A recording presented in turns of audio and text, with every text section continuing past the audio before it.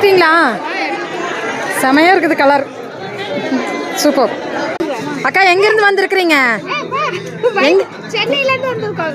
இந்த ஆஃபர் பார்க்குறக்கா? அப்படியா? Super super super. 10,000 ரூபாய்க்கு பர்ச்சேஸ் பண்ணிட்டீங்க, ரொம்ப சந்தோஷம்.